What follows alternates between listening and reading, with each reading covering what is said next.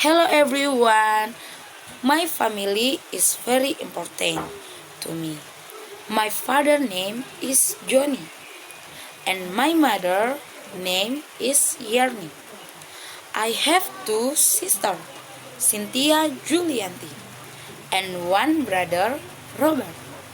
I am married to my lovely husband, Judith. We have two children.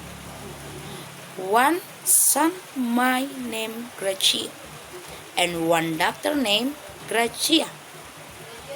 My sister works as a teacher and my brother is a farmer.